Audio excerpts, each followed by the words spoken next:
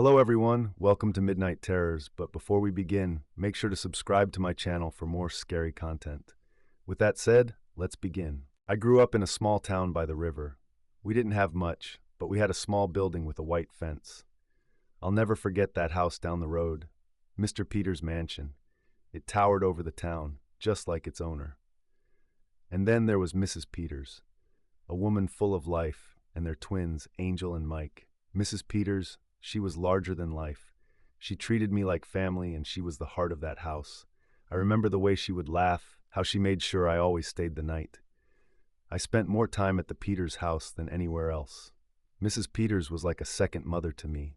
But Mr. Peters, well, he was different and always distant. Mr. Peters was a quiet man, kept to himself, quiet, distant, but I never suspected there was something wrong, not then. Mr. Peters had a boat, one of the biggest I had ever seen. It was his pride and joy. Every Saturday you'd hear the engine roar as it set off down the river. One summer, I went away with my mom for a week. Everything changed after that trip. I rushed to their house, excited to see Mrs. Peters, Angel, and Mike. But something was wrong. As I was approaching Mrs. Peters' house, I couldn't wait to see Mrs. Peters, Angel, and Mike. But instead I saw flashing lights.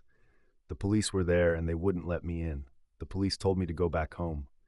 Mrs. Peters, Angel, Mike, they were gone. Rumors were spreading like wildfire. She ran away with a rich man.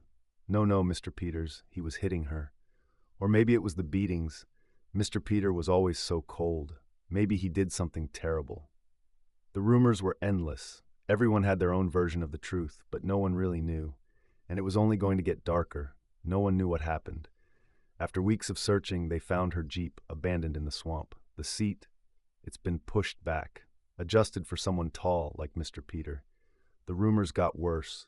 The police had one suspect and said the seat was adjusted to Mr. Peters' height, but no one could prove anything. Mr. Peters was arrested, then released, again and again. No one had answers, but something changed in him after that. Mr. Peter fell apart after that. The once confident Mr. Peters now looked haunted. You could hear him talking to himself as he walked past. They'll come back. They'll come back. People started avoiding him. His house, his boat, all of it left to rot. His workers disappeared, and then it got worse. The confident man I knew seemed to vanish. He talked to himself, wandered the streets, and soon, one day, he vanished. Just like that. His house was abandoned, his boat sold, but no one ever saw him leave. I returned after all these years, seeking answers, but as I approached the house, an unbearable cold wrapped around my chest. It wasn't just a chill, it felt like the house was alive, watching me, daring me to come closer. The once pristine white fence now sagged, warped, covered in grime.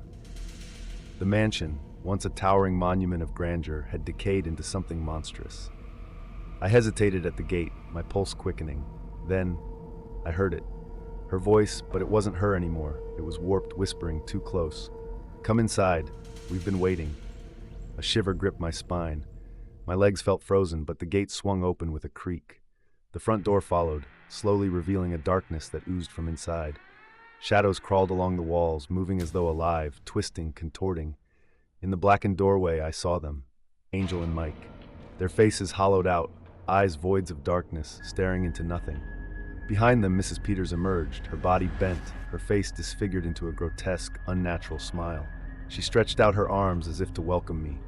I ran. My heart thundered in my chest, but my legs betrayed me. I fell, hard into the basement. The door slammed shut above me with an echoing thud.